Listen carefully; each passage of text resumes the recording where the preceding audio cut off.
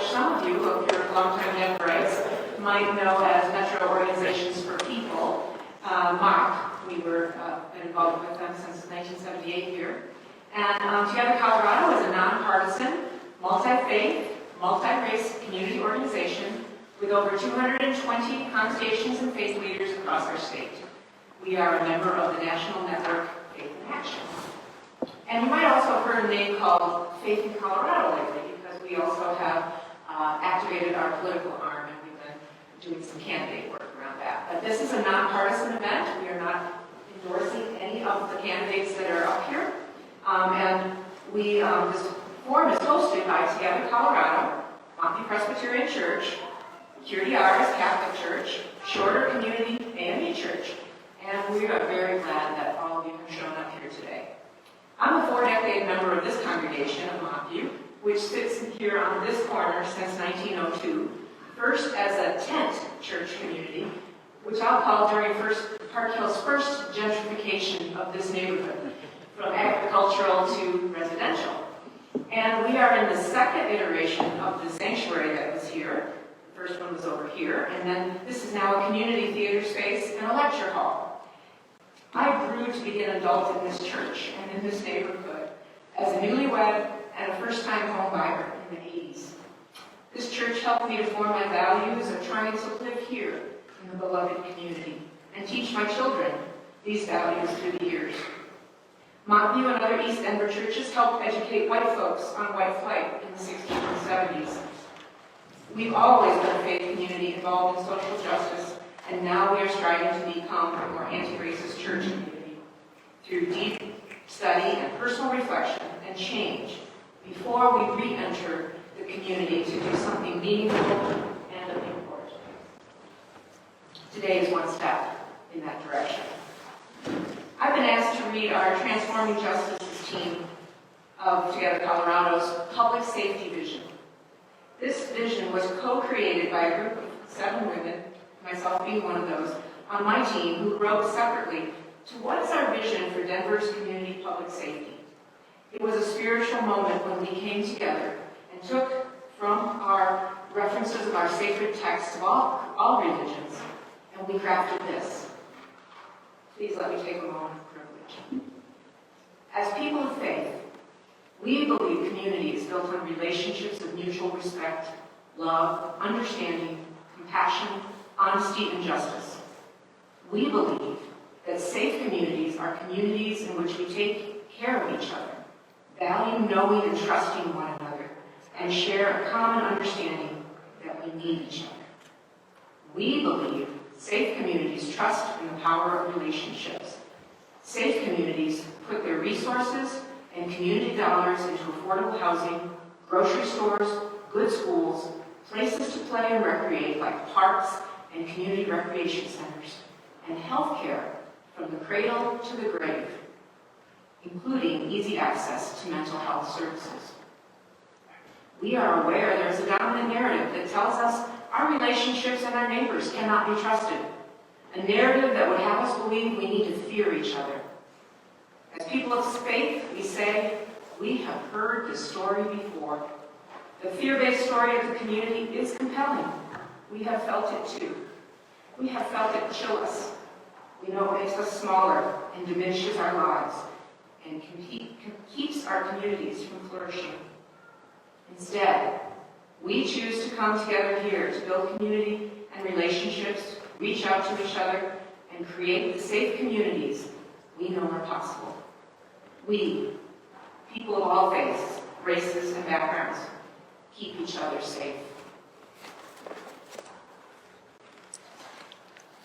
We hope that you are ready on that note to participate in today's important activities. For the first hour in this room, we will have a traditional Q&A forum. And then we will transition downstairs for candidate speed dating style format. And there is where you will have the opportunity to ask your questions that we may not have covered here. The candidates will rotate while you stay in place. And as a reminder, Together Colorado is a nonpartisan organization. We do not support or oppose candidates for office. Because the officials that we elect as voters make significant decisions that affect our lives in Denver, we want the candidates to know that we have a vision for Denver. We are working to engage candidates about our values and increase our voter knowledge and engagement in our faith communities about the candidates. The candidates here on stage were invited from the list from the Denver County Clerk and Recorder's Office. If you're a write-in candidate, we apologize that you're not here on stage today, but if you are, raise your hand, and we're all here today as a write-in, because potentially we are all leaders. A little bit of housekeeping. Out those doors and to your right are the restrooms, and we're going to go downstairs, straight out the door and down the stairs. And if you need a wheeled elevator, a wheeled assist down the stairs, we have an elevator also to the right, just past the hallway for the bathrooms. And right now, I'm going to turn this over to Art Jones, my colleague in Together Colorado. He's the Social Justice Ministry Lead for Crudiar's Catholic Church for our faith reflections. Thanks.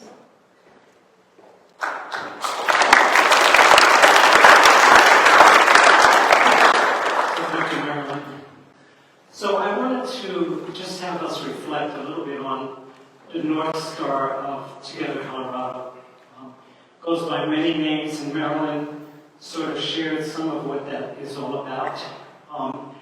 What I want to think about today in this reflection is ways in which we can continue to be inspired by faith leaders from the past who have always connected their sense of their inner faith and the spiritual guidance that they get personally with their commitment to social justice.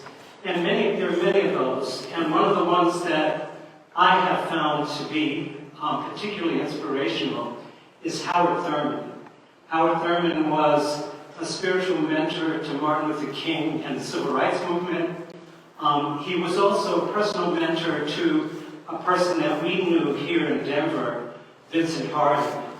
And he was always helping people to understand that their commitments to social justice always had to be grounded in their faith. And he was also helping them to respond to criticisms that people would get about being religious, and that religion is just something that you do and you sit around and you are a mystic and you meditate, but you don't get involved in the world. I want to just read a passage from one of the unpublished essays that Howard Thurman, previously unpublished essays that Howard Thurman wrote. At the time in 1966, the buzzword was integration. Today, we really talk about inclusiveness and we talk about equity, but really it's all the same thing, and it's an evolving issue, and it's one of the things that we do when we think about not getting sort of just involved in policy and stuff without thinking about what's the larger, what are we working for? What is the community we want to build? What is the kind of society we want to build? So, responding to the issue of what integration meant, and we could substitute lots of other words, but the term itself, he wrote, has a soft and sentimental ring. It conjures up into the mind an image of tranquility, peace, and the utter absence of struggle, and of all things that irritate and disturb. But my thought is far from such a utopian surmise. It is a society in which there are no artificial barriers separating man from man or groups from one another, where the precious ingredient in each personality, unique unto itself, might be so honored by his fellows that it will enrich the common life, even as it creates its own life in which to stand. As it is with the individual, so will it be for the uniqueness of each group. Springing from the deep, searching past along which it has emerged from the dim past, or from some vast political or social catastrophe that cast it up on the shores of history. There will be no hard or critical lines of conformity yielding a glow of sameness over the private or collective landscape, but rather there will be new forms and new patterns emerging, the blending of which will give to the society as a whole a richness and the stimulation that will make for the general health and well-being of all. Disagreements and conflicts will be real and germane to the vast undertaking of man's becoming at home in his world and under the eaves of his brother's house. Thank you.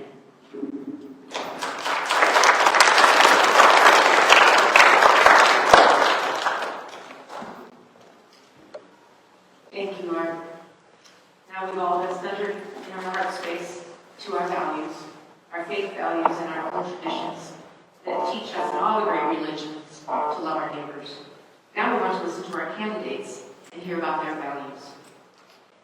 They will stay seated as I pass the mic, and we will start each candidate in 2 minutes each to tell us what they want to tell us about themselves. My partner down here, Jeff, he's going to be our timer. Would you give them a sample of what the timer music, we're going to kind of do the Oscar thing where we music you off.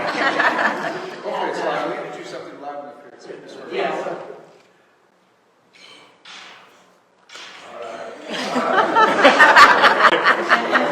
And I just want to warn everyone, don't ruin this. This is his ringtone for me, and my ringtone for him.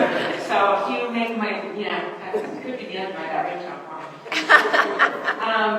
I'm then going to ask you each 3 questions during the forum time, and you will answer again in 2 minutes. And then I'm going to rotate the mic down the row to someone different to start than how I'm going to start it now, because I'm going to just do it the way I found it on the ballot, online, who's first in each district. And our church here, Montview, and let's see, Shorter and Park United Methodist are in District 9. Is that right? And then Pretty Ours is in District 8. And so we're going to start with District 9 here. And remember that you'll have time downstairs to give your closing 2 minutes when we at the end of speed dating. And everyone else should be thinking about topics that they want to ask the candidates questions for, because they're going to be rotating, and that'll be your time to ask those questions. So let me get my notes here, because I have it as Candy C. Tabaka, Juan Atlas, and Daryl Watson in that order for the ballot. Okay. So, Tess, can you hear me? Yes. Good afternoon, everyone. My name is Candy Sadavaca. I'm currently your D9 City Councilwoman. I'm a 5th generation native of our district, a 1st generation high school graduate from Manual High School, and the 1st and youngest dual degree graduate from DU School of Social Work. I was raised by a single mom in our district. We relied heavily on public assistance and programs, and consequently, I grew up and became a social worker, a community organizer, and a policy expert. Prior to taking office, I had over 10 years experience in developing, analyzing, evaluating, and advocating for policy and working with the community. My history with MOP goes all the way back to when I was in middle school.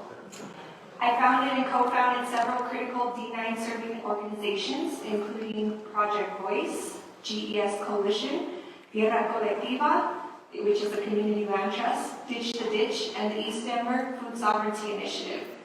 My commitment in my role has been to recenter the voices of people who are typically silenced or ignored. I believe that housing should be a human right, food should be a utility, utilities should be municipally owned, and the entire economy needs to be reimagined in a way that stops the exploitation of land, labor, and resources. I value co-governance, transparency, courage, and above all, collective liberation. And I hope to earn your vote on April 4th. Thank you.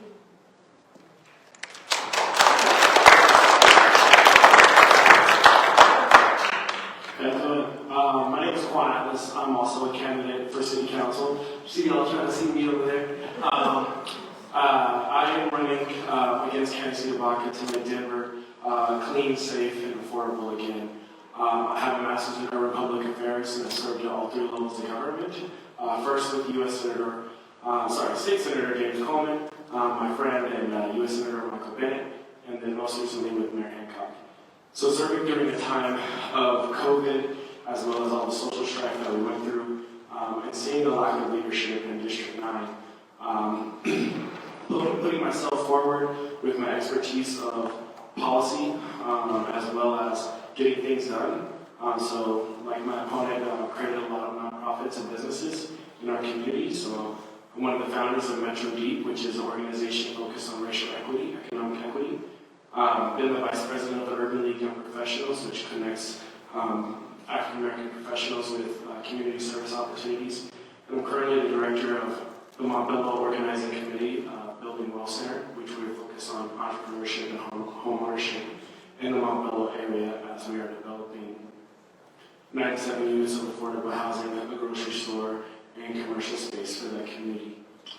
So the issues that you're going to hear today are near and dear to my heart, and I hope to earn your vote. And I welcome any questions when we get to the dating portion.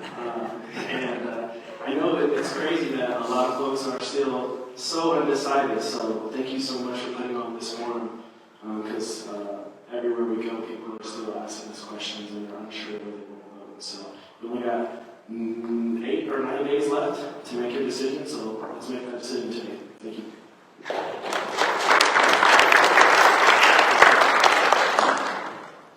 Thank you so much, Together Colorado, for hosting this event this afternoon. I'm looking forward to engaging with each of you in this room in our discussions today. My name is Darrell Watson. I'm a candidate for Denver City Council District 9. I'm a product of a single mom, born and raised in projects in the United States Virgin Islands. Moved to Colorado in '87 to attend the University of Colorado in Denver, where I graduated with a degree in communications. I'm running for Denver City Council because I think it's important for us to move forward on issues that are impacting your individual families, from public safety to affordable housing, to making sure we have a healthy community. My work in life has built on each of those topics. I've spent 30 years in finance. I retired 3 years ago. I'm not too young to retire, but I retired 3 years ago from a career in finance. Worked at Teachers Insurance Community Association, and we focus on providing retirement support and help for educators, nonprofits, and folks in the governmental agencies. After retiring from TIA, I founded a consulting firm with my husband, where we provide strategic planning and justice, equity, diversity, and inclusion training for nonprofits, for-profits, and governmental agencies. My leadership within the community, I co-chair or chair the housing board for the city and county of Denver, where we've invested funds to ensure there's affordable housing across the city and county, and we also double down on funding for mental health support, as well as the STAR program and other alternative responses to public safety. I'm the chair of the Denver Park Trust, where we've invested over $200,000 in increasing quality parks throughout District 9 and throughout the city. I'm asking for your support. I'm asking for your support to make sure that you have a champion that will listen to folks in Park Hill and throughout District 9, that will work with you collaboratively to elevate your issues on the top topics. Thanks for the music and making it. Thank you so much. I'm asking your vote on April 4th.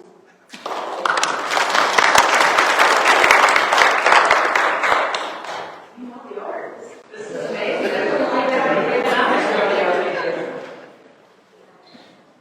Ready? All right. So my name is Christian Stewart. I want to let's start there with my name. My mother named me Christian Stewart. Stewart is of service to Christ. So, it was really important for her to name me that, and that's a part of the mission. So service is a part of my mission. I'll tell you a little bit more.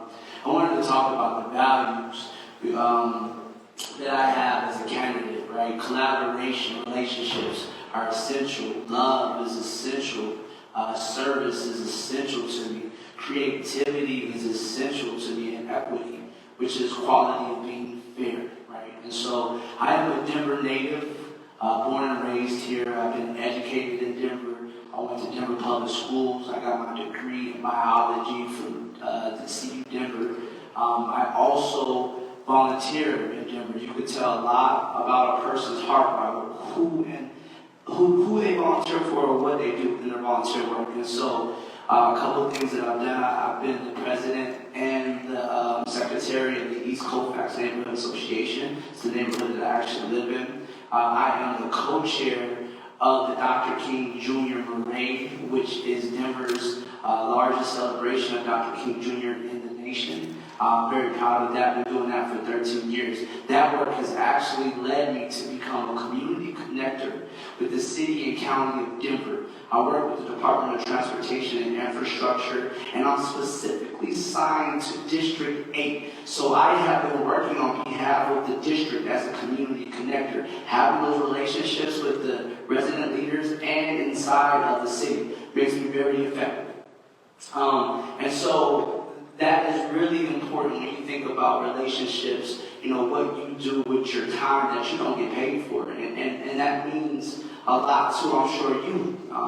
And so I won't belabor any other points. I really am looking forward to telling you more about me as a candidate and a person as we go along.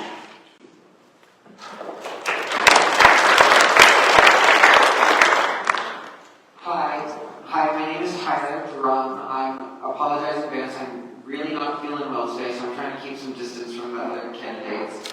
I just had to drive to Canada and back because my husband is a refugee, a Ukrainian refugee in Canada. And Monday was our third wedding anniversary, so I just made it back. And I seem to have caught something along the way. So I live in Montbello. I lived in Montbello for the past 7 years. I love my neighborhood with all my heart. I graduated from Colorado State University with my degree in political science and history. I'm a triplet, so working as a team is really important for me. I've served for the past 4 years as the chair for our neighborhood Democratic Party in House District 7, which largely overlaps with City Council District 8. As the chair of the party, it's been really important to me to include Spanish language outreach as part of how the party operates, and that's been the key issue that has really that I've led on while I've been the chair of the party. I'm running for office because historically Central Park has had their needs more intently focused on City Council at the expense of the more marginalized neighborhoods of District 8, Montbello Park, and the municipal fest. I believe that we must focus on solving the food deserts, resist luxury developments, so that more people are not being displaced.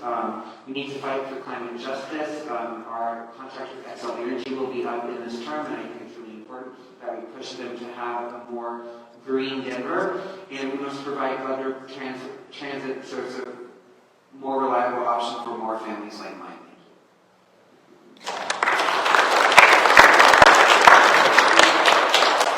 Hi, I'm Leslie Toragowski. I'm going to stand up because we've been in forums all morning and sitting all morning.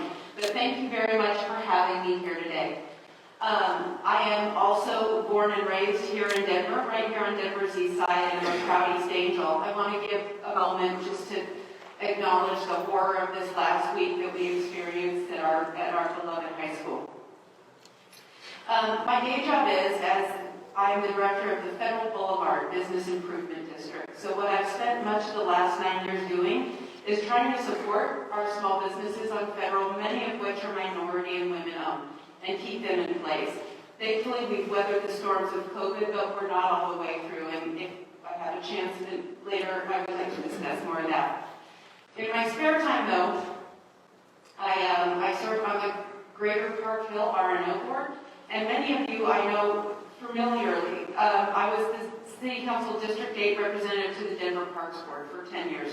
I served on the Parks Board for 10 years, 6 years as its chair, and during that time was president of the Finance Subcommittee and got to know the Parks budget very well. Over the last 10 years, I've spent all my time trying to make sure that the city works a little better than it has been. In 2018, we were successful in getting the parks tax voted on by Denver voters, and thank you voters if you voted on that. It will help funding for Denver Parks and Recreation. In 2020, I was successful in getting a charter change on the ballot that was also passed by Denver voters, thank you, for creating a Department of Transportation Advisory Board. And I did that because I was having trouble communicating with our city governments. Anyway, I want to continue using my knowledge that I've gained over the last several years to serve this community. And again, I thank you for having us here today.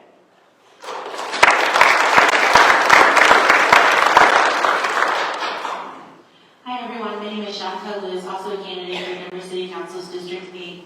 I actually grew up points. I grew up around the time of busing. And we were responsible for getting ourselves up in the morning. And as you might imagine, we would sometimes miss the bus as kids do. And if our neighbor wasn't home, if we didn't have the 10 cents at that time to get on the bus, the public bus, then we didn't go to school. And school wasn't just a place of education for us as kids, but it's also a place where we had breakfast and lunch. And so a really important part of food access for us. And so at a very young age, I think became aware of what it meant to provide access and oftentimes what barriers existed to that access.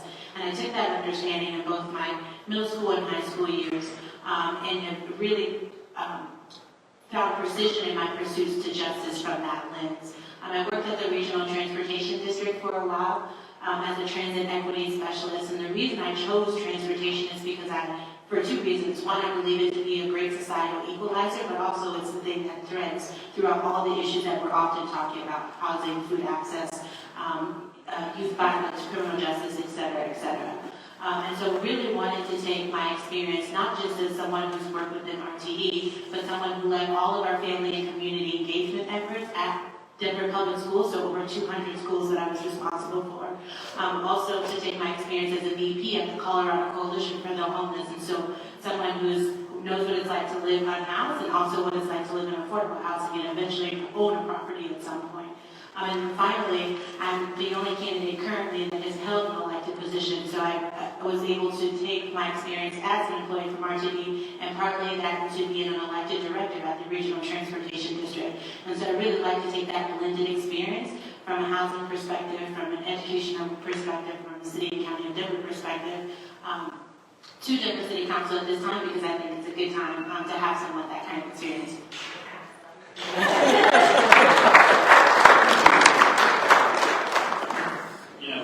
That playoff music is better than our last forum when I was so good at chicken. Sorry. So my name is Brad Rivera. I'm running for Denver City Council District 8. I'm a proud dad to two little girls, proud husband and wife, Monica, and together with her in-laws who live with us part-time, take care of our girls and sitting on the front row, which I'm happy to have them here. I am an attorney by training and community leader in District 8. I got my start in Denver politics and government right here in Park Hill when I was working for then State Senator Mike Johnston, running his Citizen Policy Committee at his community office. The experience inspired me so much about listening to people in the neighborhood, his constituents, and coming up with policy ideas that he could run in the state legislature. That inspired me to go to law school. I went to CU for law school, and while I was there, I gained a mentor and someone I think a lot of you are probably familiar with, which is Phil Weiss. I actually worked for him for a year after law school, doing some really innovative public-private partnerships with the city and county of Denver and the state of Colorado. And after that, I decided to sort of step out from working for elected officials, and I helped launch something called CareerWise Colorado, which is the city and the state's youth apprenticeship system. And this is a system where young people, including hundreds of kids that are in Denver Public Schools and others from all around the state, can go to school part-time, train for in-demand jobs, and then another part-time, and then they're also earning college credits. So by the time they're 19 years old, they not only graduate from high school, they've earned about $40,000 or $50,000 in wages. They've also earned about a year's worth of college credit. So it's a real options multiplier for young people, and it's a different strategy than go to college and take on 6 figures in student loan debt. So I'm really proud of that and helping to launch that. I actually helped launch and negotiate a partnership with the city and county of Denver. We now have somewhere around 10 or 15 youth apprentices, which is really great. I've also worked with State Senator James Coleman on writing legislation to incentivize employers to hire high school youth for internships, for apprenticeships, do a career coach. So again, I'm running for Denver City Council District 8 and I'd love to have you vote.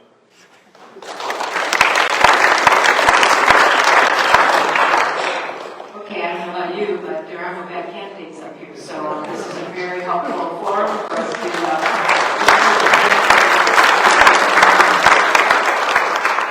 So we're going to start you all off, and we're going to start with, I'll go down the ballot one on District 8. We're going to start with District 8 instead of 9 this time. And Tyler will be the first speaker. And the question that we're going to ask is, say, if you want me to repeat the question before it's your turn, I'm happy to do that. But this is our public safety question for you. What would you, as Denver City Council representative, initiate and or support to reduce gun violence in our city, to include more collaboration with the Denver Police Department, community members, and faith groups. Great. So I believe that we all deserve to be safe in our homes, our work, and our community, not only from violence, but from the economic, social, and environmental conditions that fuel violence. We must address the social determinants of health and safety to prevent violence at its root cause. The best way to address these issues is implementing preventative health and safety initiatives. We're providing robust mental health care, lifting people out of poverty, and providing our neighborhoods with the support of their community. We can overcome the factors that cause people to turn to crime and achieve a new vision of public safety. Public health and safety are deeply interconnected. Increased access to health care, mental health treatment, and substance use treatment is closely tied with the reduction of crime. By viewing issues of violence through the lens of public health, we can address the social factors that increase susceptibility to violence and advancing protective environments that foster safety, health, and well-being. So I believe that we should first invest in lifting people out of poverty and providing them with mental health care, because I believe that a mentally healthy and a wealthy society is a safe society. And so I think, as opposed to using more public dollars to fund the police, we need to fund initiatives that root out violence at its cause. But I also believe that in the meantime, we need to take action on gun bills. When I worked for Senator Andy Kerr in the Colorado State Legislature, we passed the red flag law. And I believe that we need more laws like this, and we need to strengthen those laws to make sure that people that shouldn't have access to weapons don't. And so I think that we need to have a stronger red flag law. We need to have more regulations around gun ownership. In the meantime, and then in the long term, invest in lifting people out of poverty so that we can address violence at its cause. Maybe I'll have you all hold your applause to the end of each question so that we can get through these a little quicker. So next up is Leslie Torgowski. Thank you. Will you repeat the question again? What would you, as Denver City Council representative, initiate and or support to reduce gun violence in our city, to include more collaboration with Denver Police Department, community members, and neighbors? Thank you for asking.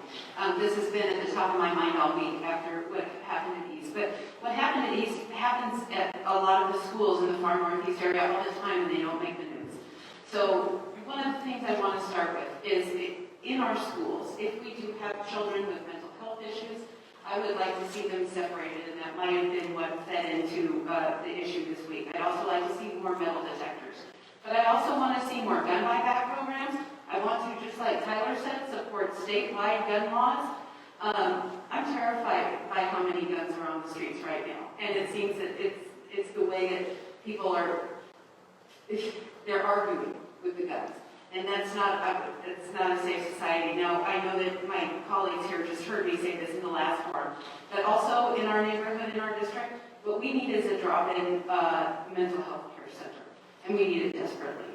I'd also like to see a drop-in center for substance abuse as well, because all these things fit in together. Domestic violence, mental health, extreme poverty, these all feed into gun violence. And I don't believe spending more money on more policemen are going to stop it. I believe there were 2 policemen on site at East High School the other day that did not stop the shooting. The police can't stop the shooting. The problem starts long before that in the homes, in our society, in our community. So I want to invest in all those supports for mental health, substance abuse, domestic violence that might be feeding into this. Thank you. Yeah, okay, thank you. So I really appreciate the question. So I used to do gang reduction work with the state and county in Denver. I work for Brother Jeff more specifically. And what I found in working with gang-involved youth, oftentimes there were 2 things that were leading that. There was a sense of belonging that folks needed, as well as what I would hear most often is, Ms. Lewis, if you give me a job, then I'll stay out of trouble. And I understood that that was not going to cure gang violence, right? That maybe it decreases the amount of time that folks are involved with gangs, but an understanding that it's actually really difficult to get out. What I do believe is that our schools and school communities should be absent of violence. And I think when you begin to address the upstream impacts or the upstream causes, root causes on such as the social determinants of health, then you begin to really get at addressing the issues. for me, it begs the question is why would a student need to take a gun to their school, right? Like, why is a student feeling so unsafe in their school communities that they would need to take a gun into their schools? That's a question that I think that we can all grapple with and figure out like what is actually happening in our schools communities, because I do believe that they're microcosms of actually what's happening in our world. And so I think there's a role for our faith communities, our community organizations, our educational institutions to come together comprehensively and figure out what are the root causes and what are the solutions to be able to address these. When I was growing up, we had recreation centers, the Eastside YMCA, summer employment programs. The summer reading program was effective for me because I'm a nerd, I like to read. Right? What are those things that help keep folks out of the streets, that creates that sense of belonging, that provides the opportunities or the interventions for folks, so that we aren't seeing these increase in violence within our communities? Thank you. Similar to a lot of people, first we need to pass, I think there's about 6 bills that can make a meaningful difference in our state legislature. And it's really important to do it at the state level, because otherwise there's no preemption law anymore after 2021 around some of these issues. So, what we don't want to have is a patchwork where one municipality is stricter than another, because that could create incentives to go to the other municipality. But I do feel like after this legislative session, the next city council, next mayor, need to look at what else could we do to go further beyond that we need. But I think most importantly, what I've seen, especially after the events of this past week and this past month, is we need to really get out of our silos. It can't be this person's responsible for this and this. Like, we're all in this together. And so we do need more collaboration between Denver Public Schools, the city, the state, our faith, our nonprofits, our community-based organizations that are doing all this stuff. And I think one example that I've read a lot about in the past month is, this is not a Peyton Manning invitation, it's Omaha 360, which, if you're not familiar with it, is an intentional collaborative effort amongst all those different groups in Omaha, and they've significantly brought down gun violence and youth violence. And it's because they actually get together on a weekly basis. I know we have the Youth Violence Prevention Action Table, which does some of those same things, but I think we can strengthen even further and figure out how do we collaborate on a week-by-week basis to understand what's going on, what do we need to be aware of, what do we need to get out in front of, and how do we actually collaborate and get out of ourselves.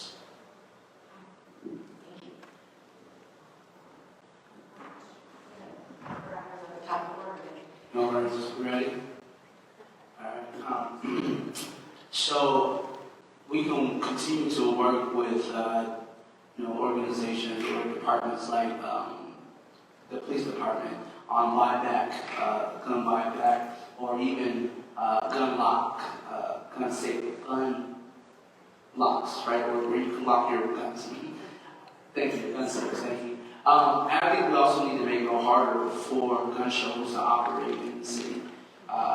We can increase fees maybe associated to it, but you're able to go and get guns very easily at gun shows, so we need to make it hard for them to do gun shows. Now, that doesn't mean that they won't go to other counties, so we need to be able to, or other cities, so we need to be able to address that from a state legislation standpoint.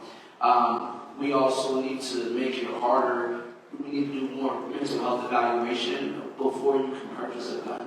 That is going to prevent some of the people getting guns. Now, I think the guns are the problem, right? We need to eliminate how many we have, eliminate all of them if possible. Again, I'm under the doctrine of Dr. Martin Luther King Jr., right? Nonviolence, and so that's where I stand. I think we could do some other things from the city and city councilors who provide neighborhood safety programs or neighborhood safety departments where we work with faith-based organizations and DPD to create these patrol groups around the city where we're connecting our neighborhoods and the residents in those neighborhoods to be able to have the training associated with patrolling and taking ownership of their own neighborhoods. I think that's really important. And we need to also increase mental health outpatient and inpatient services. These are just a few of the things that we can do.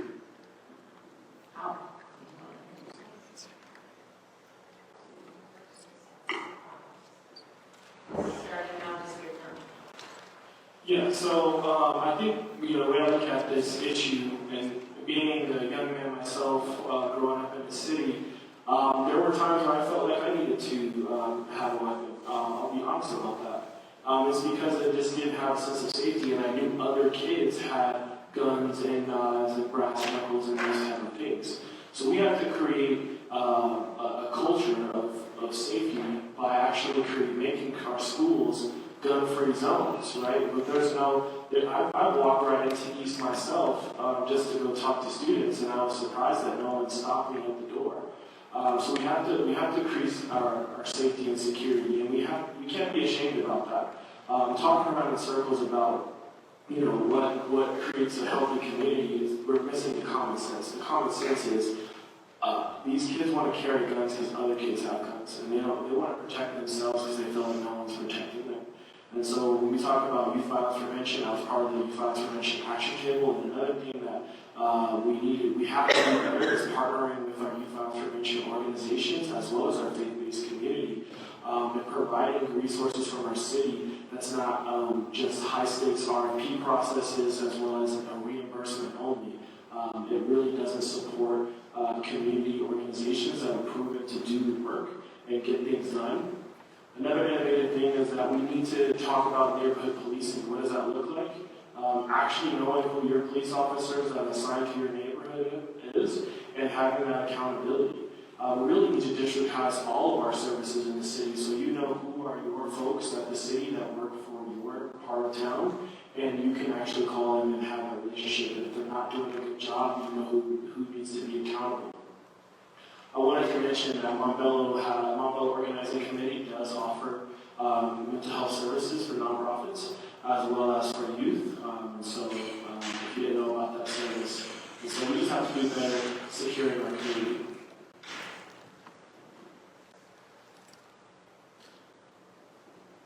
Yeah, this week has been tough. I have an intern on our team that attends East, and once we heard about what I heard, we went over to their house, spoke to the parents, and young lady that I've known from birth, watched her grow up, was just inconsolable. Her heart was breaking. She's an honor student that is on a drama team, and she was planning a violence forum with other students for last Thursday. So this question comes to the heart of our communities. It is a mental health situation. I also would be remiss if I didn't stop and pause for the young man that committed suicide and the pain his family is going through as well. We need to look at mental health in schools, and this begins with partnerships as well.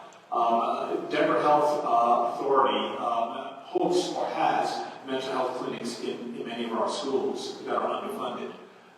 As a city council person, part of my role would be to make sure that we increase that funding and that support. I was able to walk with Dr. Patrico at the mental health clinic that's in Manual High School and walk through the services that they provide from substance abuse to mental health support for students. We need to make sure that we're funding them fully and that we're working and collaboratively with them to make sure they get what they need, especially not just the clinics, but also Denver Health, which has a $70 million funding gap right now, which is something that we cannot allow to maintain. Working collaboratively with the faith community as well as with Denver Police is essential.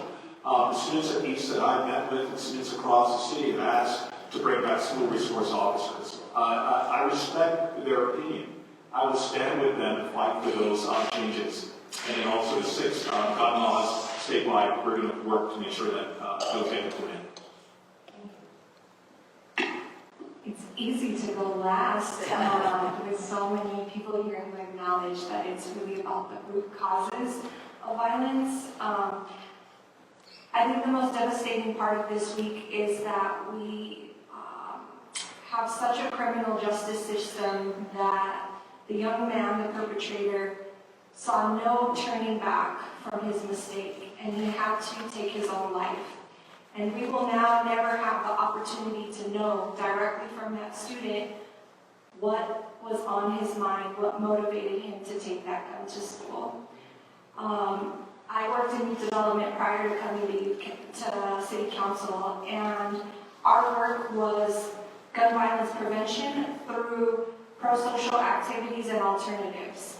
And so I think the absence of youth voice on this issue in a thoughtful way is problematic, and I hope that partnership can be created with community organizations and faith organizations to center the youth voices around why this is happening.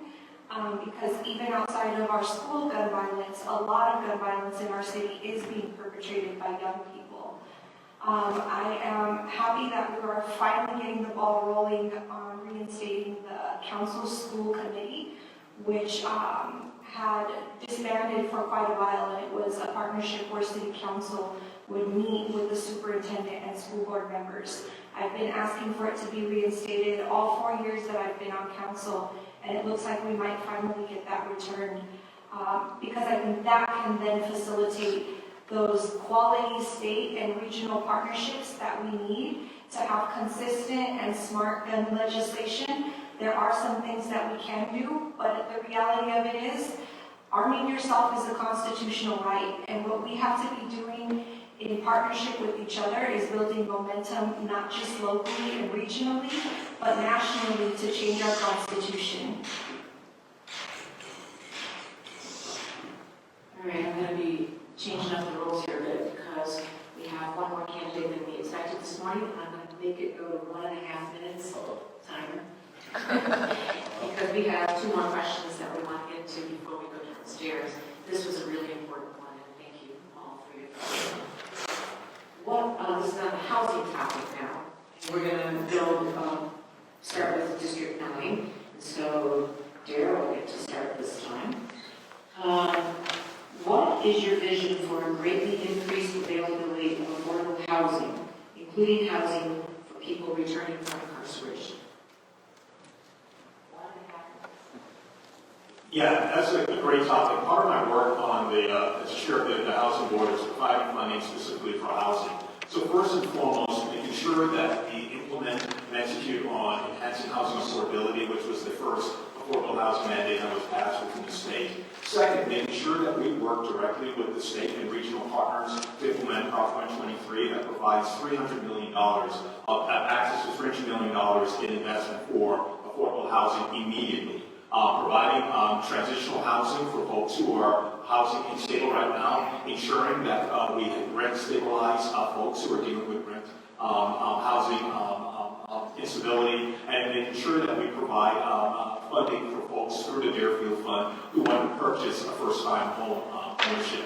Those are the 3 things that we can do. We can ratchet down in Prop 123, attach funding for transitional housing, provide subsidies for folks buying their first homes through the Deerfield Fund, and also ensure that we make sure that enhancing housing affordability is implemented in a way that stabilizes our workforce housing across the city.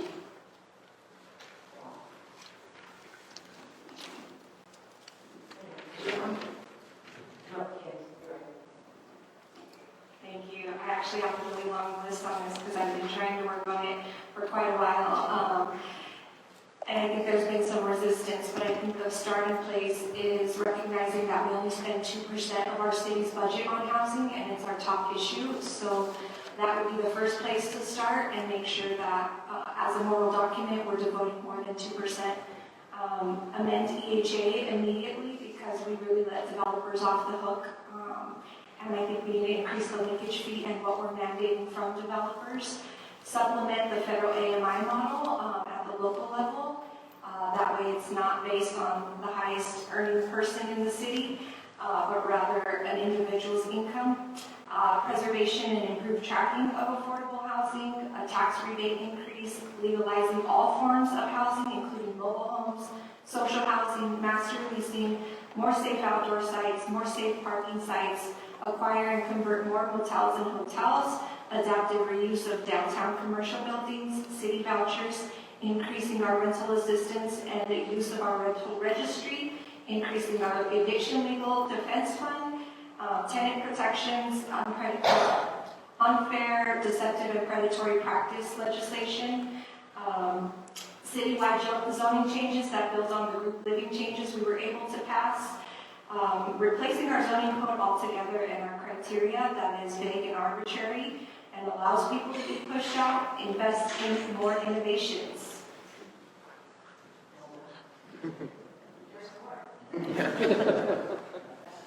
Yeah, so many of those things are great.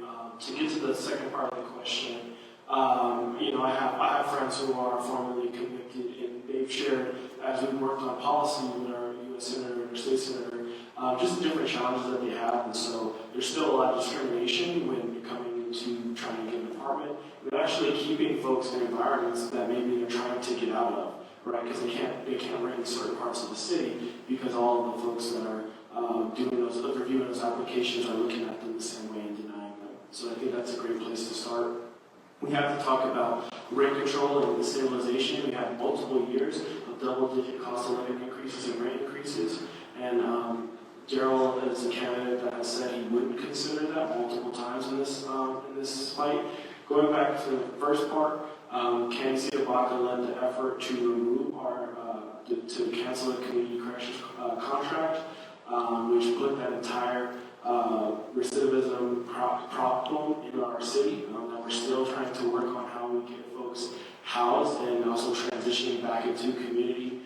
Biggest thing that I've been talking about in this campaign is home ownership. We can lock in the relative affordability that we have right now for many folks if we just push them towards home ownership. So converting our apartments to condos, as well as looking at programs that would meet both the owner as well as the person to buy, and how to create that transition to making home their home.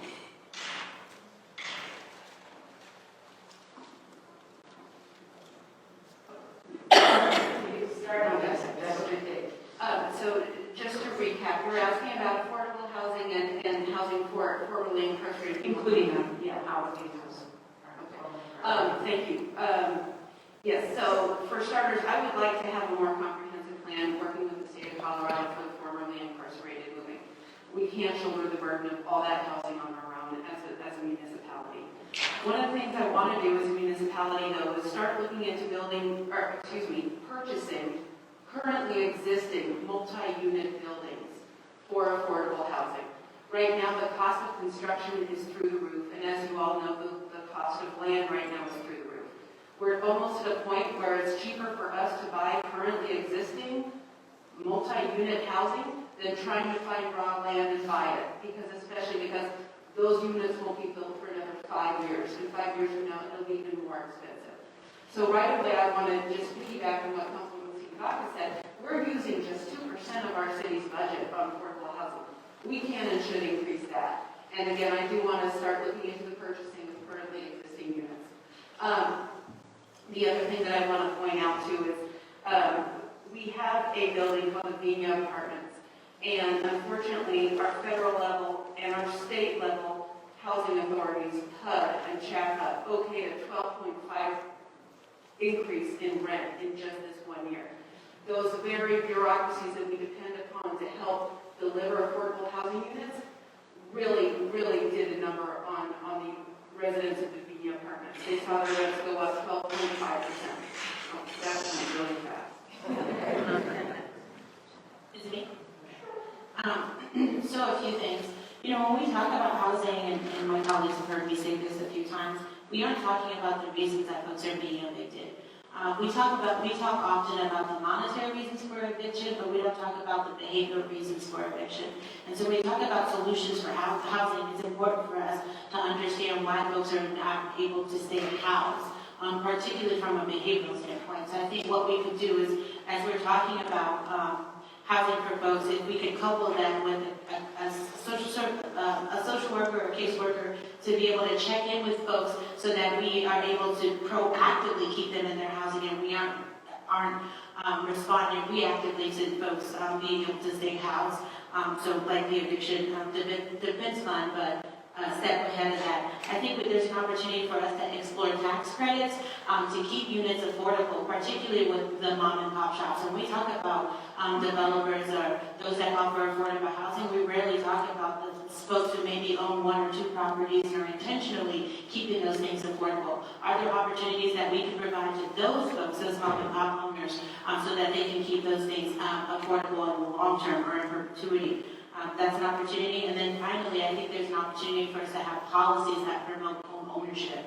I was able to move from living in an affordable housing unit that capped my rent and had access to first-time homebuyer funds. And so, like, are there opportunities for us to expand that as opposed to having interest in home ownership?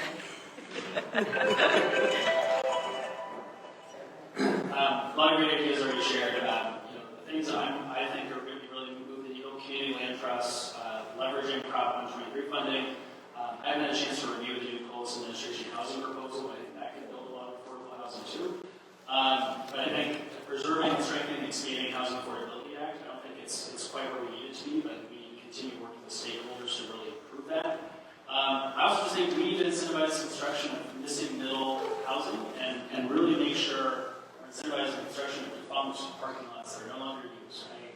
In District 8, we have so many parking lots that were designed for the days of Black Friday shopping when everybody would park there, and they're just empty. We should be trying to incentivize building more affordable housing in a lot of those defunct parking lots. And then I think my last thing is I just think one of my slogans in my campaign is you shouldn't need to be a millionaire to live in Denver. It's just rapidly becoming so.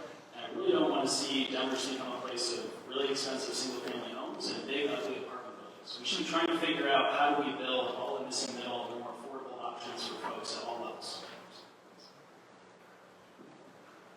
So a lot of good ideas are already shared. I want to dive in a little bit more to our incarcerated population.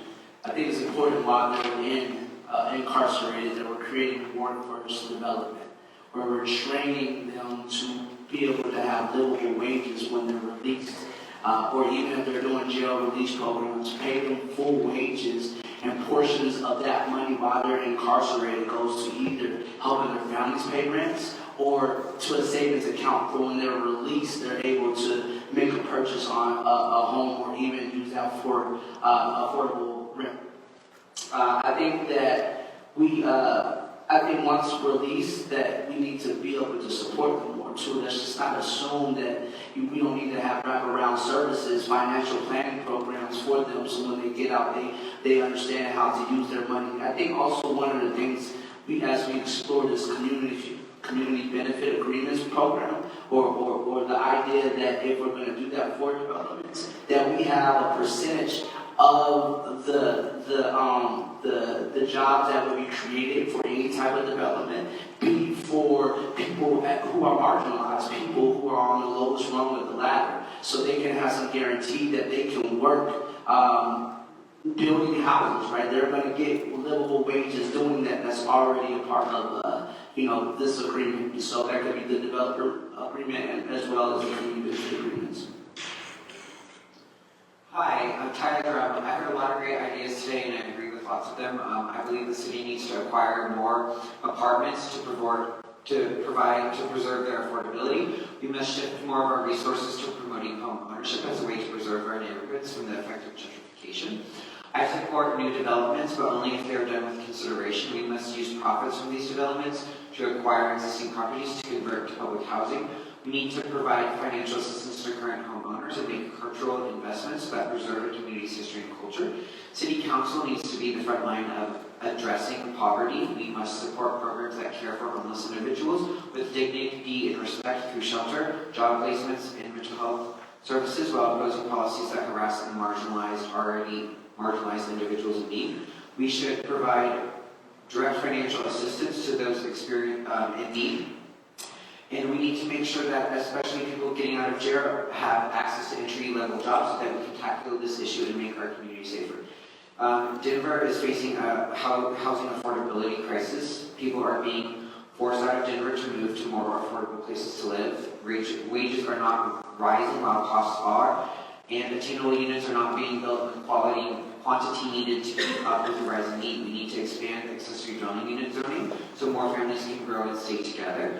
We need to have more first-time home buying grants. We need to build more attainable units around public transit. We must also support the funding of tenant education programs, legal counsel for tenants, and enforce the state tenant and housing laws. Thank you.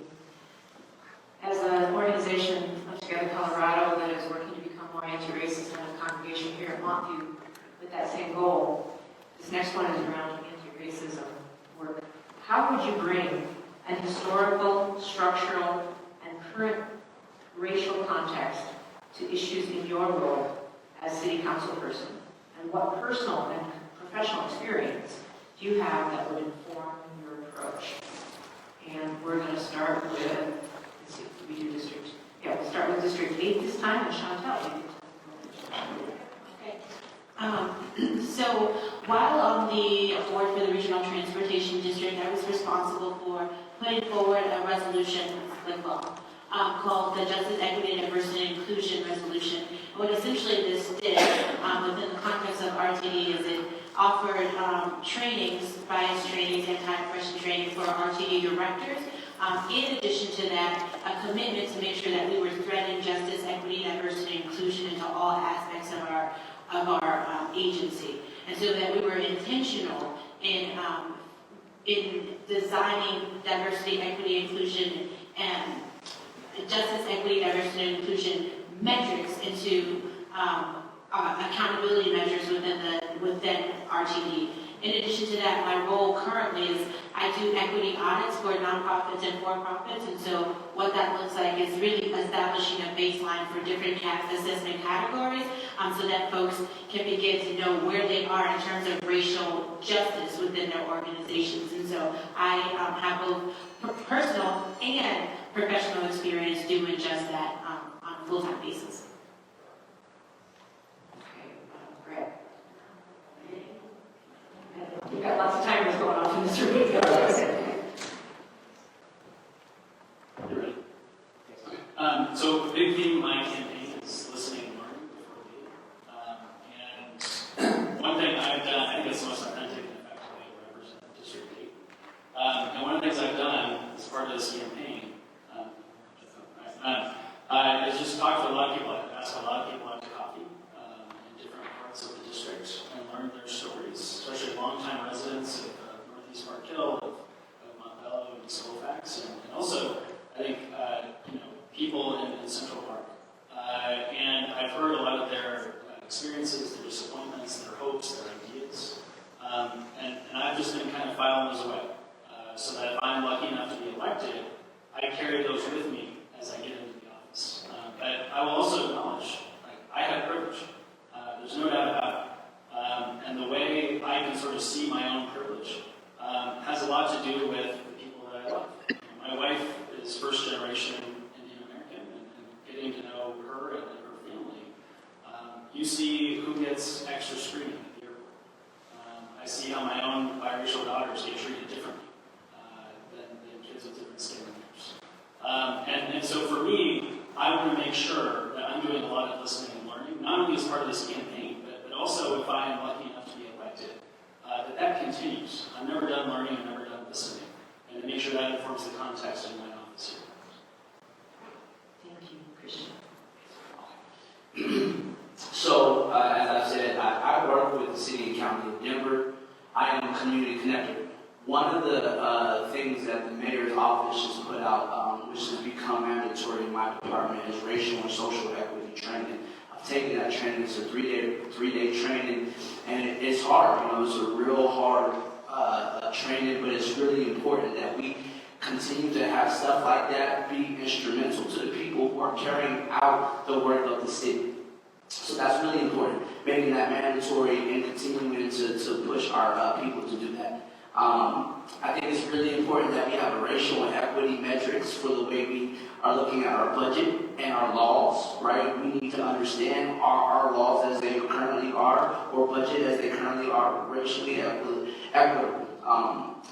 We need to hire people with lived experience. We can't just, assume people have understanding just because they have a passion. We need people who are in those modes that who have been impacted negatively by these things.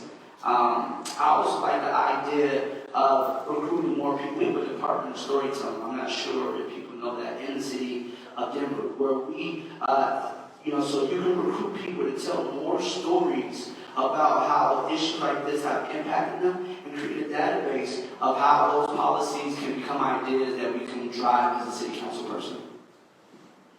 Thank you, Tyler.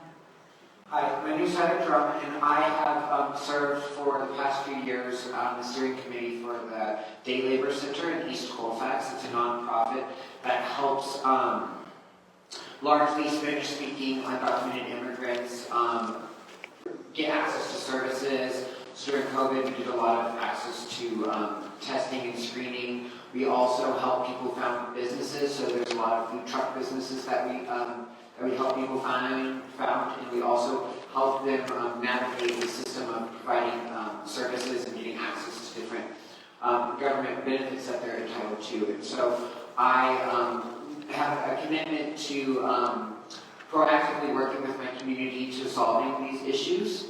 I was chosen by the city to be a part of the participatory budgeting process, which last year they selected some disadvantaged neighborhoods, and mine in Montmello was given $400,000 where we led focus groups to people for people to decide what they wanted that money to get spent on. And so I think that is a good solution to authentically engage with community and find out what they want from the city government. And so those are things that I would continue to do as a city council person.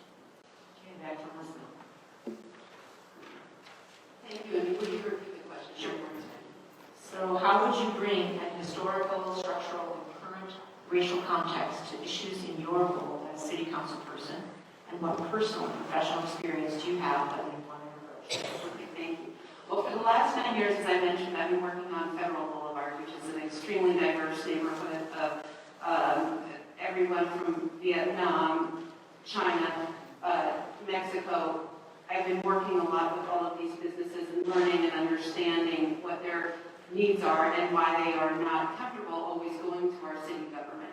And so what I want to do in my office is make sure that no matter what your background is, that I've got a staff and an office that's welcoming to everybody. And right now we don't have that.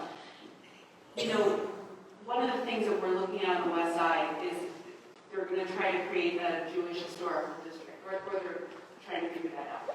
Is that something that would be appropriate for our District 8? I would like to look into that with the people of our district. At the earlier forum, we heard testimony from many of the elders, or a couple of the elders in our neighborhood. It's very important, just as Brad said, that we all keep listening and learning. I don't come, even though I've been in Park Hill for well over 20 years, I don't come with everyone's history in my brain. I want to make sure that there's room, that there's space in my office for people either to come individually or to their RNO, because not everyone feels comfortable coming to their RNO with their concerns. And finally, I think we just need to acknowledge how much less diverse we are becoming day by day in the city of Denver. And so I want to look for ways through zoning, through historical cultural districts, how to keep Denver diverse more than worry about what the buildings themselves look like. All right, District 9 and Candy, you get started. Thank you. This is a special area for me as a sociologist. I consider myself a critical race theorist and expert. I've inserted into all of my professional experience, including on council. And in my first month or two on council, actually tried to insert anti-racism into our council rules and procedures via policies and procedures that council would follow. Unfortunately, all my colleagues shut that down. I would continue to try with the new council. My experience in this work is pretty vast. In my previous work doing youth development, we actually trained our youth to train adults and specifically teachers on how to train on implicit bias, systems of oppression, how we perpetuate ideology, so that we can dismantle it. And I like to do that really in all of the work that I do. I actually helped catalyze the Reimagining Policing Task Force that took not only a public health approach to public safety, but also put that critical race lens on our policies and procedures to understand the inherent racism in our current policing structure and dismantle it in a way that makes everyone feel safe. I also helped change the landmarking and cultural preservation ordinance to include a criterion for cultural preservation which will allow some of our history to be preserved where it was not allowed prior. Yeah, so to the first part of the question, as African American man growing up in the city, I definitely bring that context to this discussion. But I also have a master's thesis, and I studied particularly 5 points gentrification and neighborhood governance over the last few years. Read every book you could possibly find on these topics, and also researched our census tracts within the district on the racial context and the different issues that are there. So I bring that into the conversation. Things that I've done from the very start when I became passionate in politics, I helped diversify the CSU Senate by making diversity offices to House senators, and then presented 7 recommendations to Tony Frank to make CSU a better place.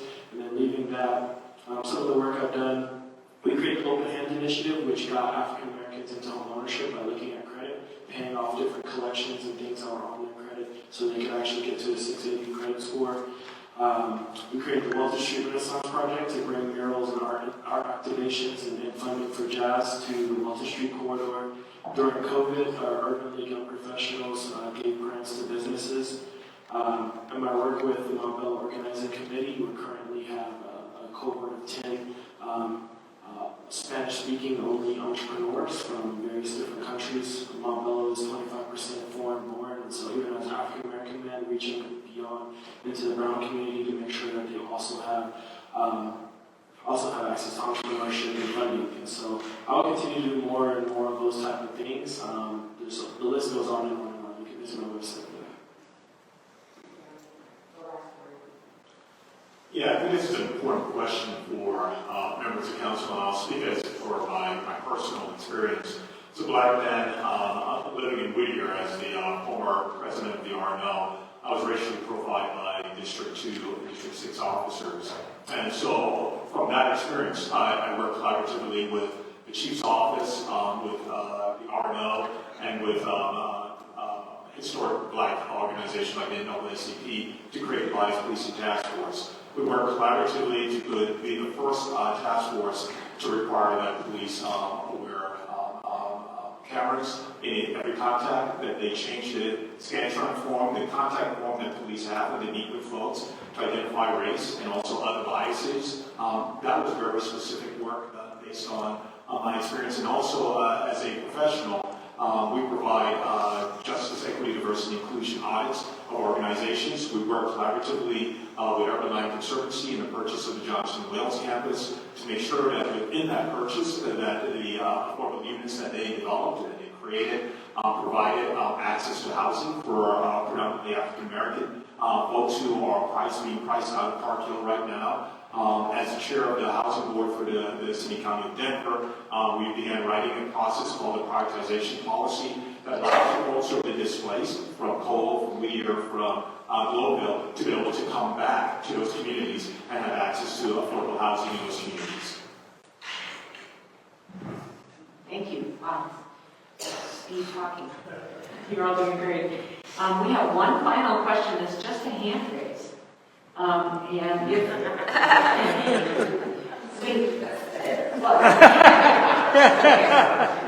can you raise your hand still? Are you tired? So tired you can't even raise your hand.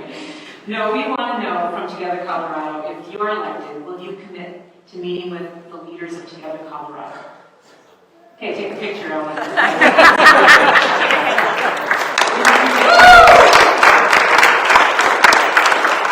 have your numbers, we have your emails.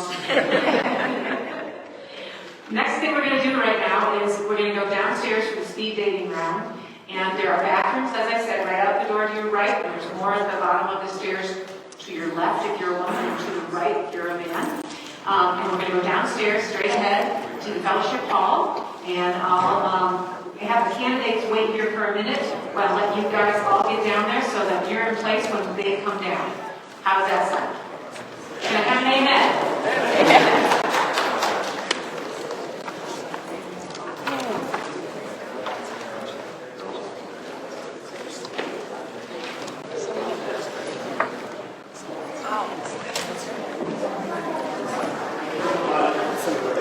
Yes. We'll get you